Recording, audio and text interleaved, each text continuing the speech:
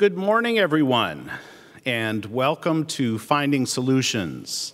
Thank you all for coming. First, I need to congratulate each and every one of you. Getting around in Los Angeles is a problem, and you folks somehow found a solution. You found a solution to navigating the traffic, finding a place to park, and then finding your way to the Tudor Campus Center. Congratulations. Most of the problems that we are going to talk about today are not so easily mastered. They are enduring ones. Thank you very much for joining us today. Now, every place, of course, has problems. Here in Los Angeles, we're beset with homelessness.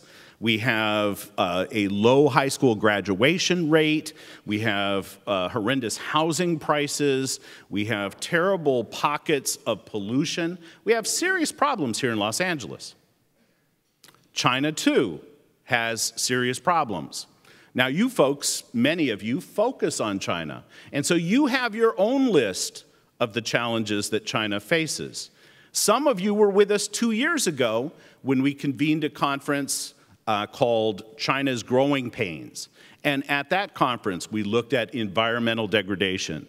We looked at high debt. We looked at problems with urban planning. We looked at rising tension between China and other nations. So we have some experience in talking about these problems. The news, of course, is full of information about the problems that China confronts. That tends to be one of the dominant stories emanating from China, that this problem or that problem is large and getting worse, that sort of thing. Skylines blotted out by pollution, the clearing out of migrant communities in Beijing, fast-rising corporate and local government debt, unequal access to health care and education, graduates from high schools and universities without saleable skills. Dung, so on. More and more. We hear a lot about these problems. Chinese themselves, of course, talk about these problems all the time. You don't need to go very far to find out what Chinese consider to be the giant problems of the day. 9 years ago, in an unscientific web survey, the People's Daily determined these were the problems that most concerned Chinese. And you can see at the very top, 2 out of 3 Chinese identified corruption as an issue. They also highlighted the increasing gap between rich and poor, the inequality issue, housing prices. Grassroots conflicts refers to tensions over land grabs, pollution, damaging communities, these kinds of things, and also a crisis of values and other issues. So this is in 2009. In 2009, the People's Daily. The Pew Research Center hired the Chinese company Horizon Dataways in 2016 to go out and ask people, what do you think the big problems are? And the problems that they described as moderately serious or serious are listed here.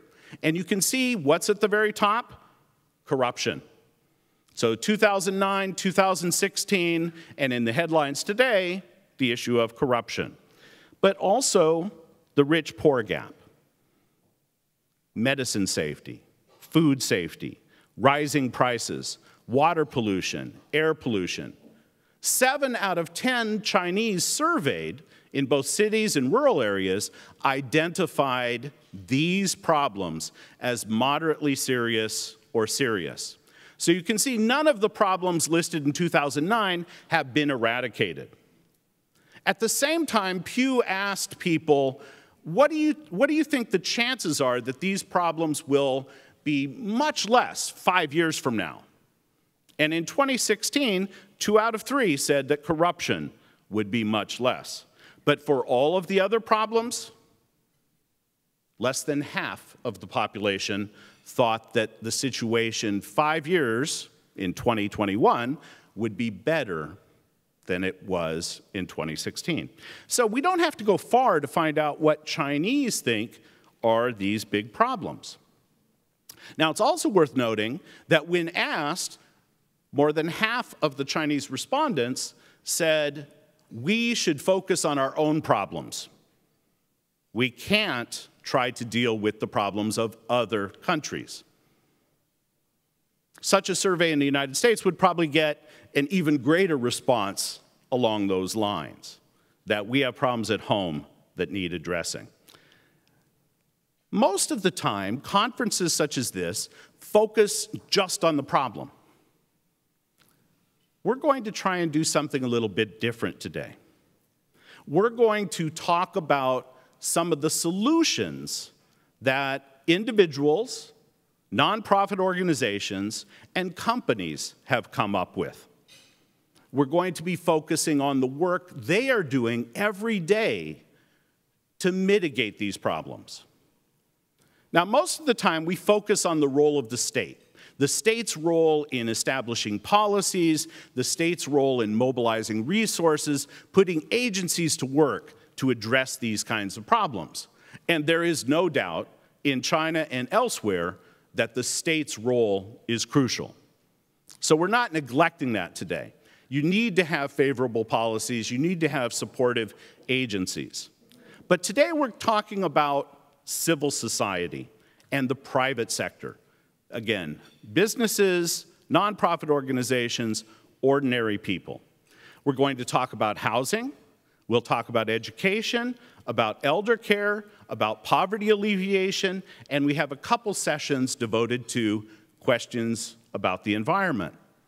And we'll conclude with what Chinese people are doing to address wildlife habitat issues, not just in China, but in Africa. So our focus today is on what is happening, what is being done to address problems. Now, it's important to note that this conference itself is part of that discussion. We are an academic institution, and we've brought everybody together today to look at these kinds of questions. None of this would be possible. This conference would not be possible, though, were it not for the generosity of a number of individuals and organizations. Now, you've seen perhaps the signs, maybe you saw the slides, and in your brochure, we acknowledge the contribution made by several institutions. But right now, I'd like to name them and give you an opportunity to applaud, because without them, this doesn't happen. First, two longtime supporters of the USC U.S. China Institute, Emmett Hsu and the Wellensham family. They've been with us from essentially the very beginning 11 years ago, and we want to acknowledge their support. We also have with us today another longtime supporter, and I'd like him to stand if he would. Stephen Lesser, he's groaning now, but I'm asking him to stand so that you can acknowledge Stephen Lesser.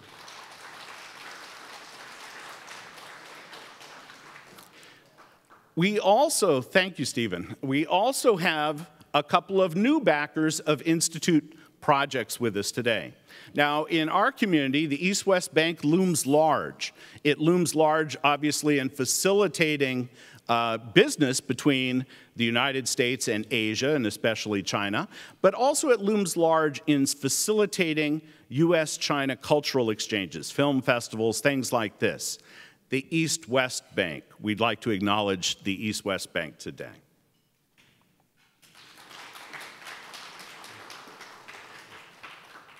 Another new backer is Nishan International.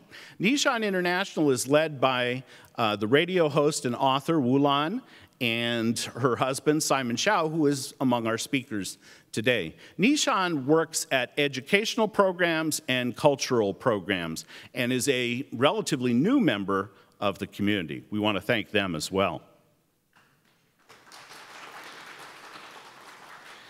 And finally, on that list, we have the University of Colorado. which got beyond the boundaries of Colorado, and its Center for International Business Education and Research contributed to making today possible. We're grateful for their support.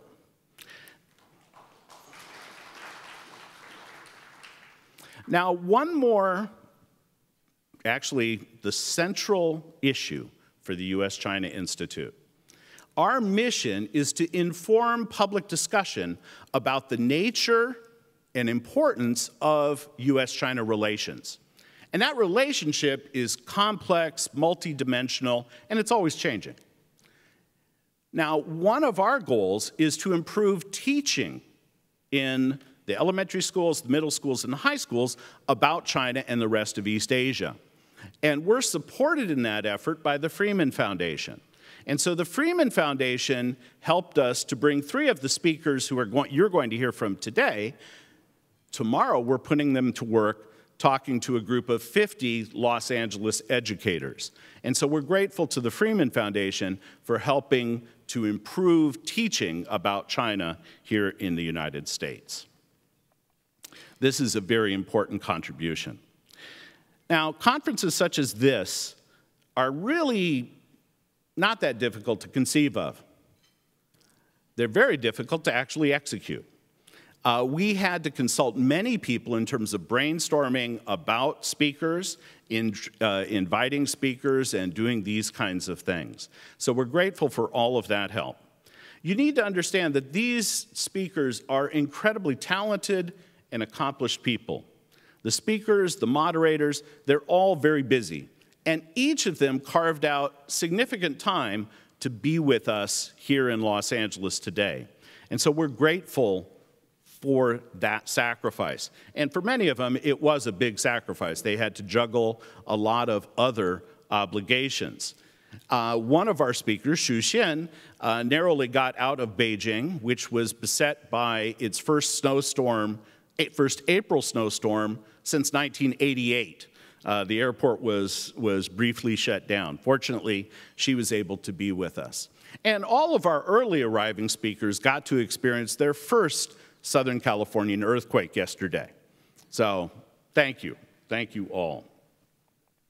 We'd also like to note that several people not listed in the program who helped to facilitate the arrival of speakers, the preparation of presentations, all of that sort of thing. So that's Chen Xiaoqian, Nancy Wu, and Esther Chen. They all made a contribution in terms of translation and other assistance.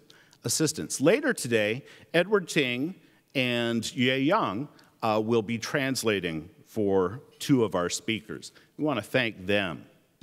Now, ladies and gentlemen, you folks who have been with the U.S. China Institute before know that none of this is possible without the diligent help, the determined help of the USC U.S. China Institute staff. And so, ladies and gentlemen, I hope you'll join me in thanking that staff. Venus Jones, Catherine Gao, Craig Stubing, Rachel Will, and today we have a number of student volunteers. These are remarkable people, and we're grateful for them being with us. Now, just to note, I mentioned smog, air pollution. Many Chinese, as you saw in 2016, 73% identified air pollution as a moderately severe or serious problem. And of course it is. It's highlighted all the time. Now, here in Los Angeles, we know something about smog. And we've known something about smog for a long time. So you have the picture at the upper left of USC researchers in 1947 coming up with mechanisms to cope with the smog. And you might think, well, this is a joke. Who's going to go around in a spacesuit? But then look at the picture of the Los Angeles skyline in 1948. That's a pretty grim sight. And then look at the Highland Park Optimist Club. These are the optimists, remember, donning their gas mask problems, right? That was in the 1940s. Fast forward 20 years, look at the skyline. Not great.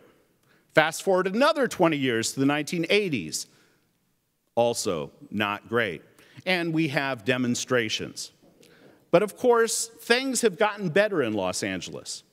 The air is better than it used to be.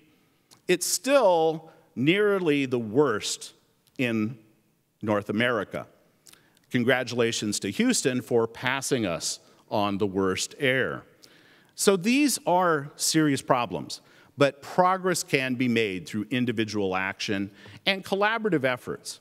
One of the things that we've done at the U.S. China Institute is to create a database, an online open access database that highlights programs where there is collaboration between the United States and China. And so I just went to the database, dialed up food safety to see examples of exchanges. You're welcome, of course, to do that as well. Ladies and gentlemen, we're going to work at finding solutions today.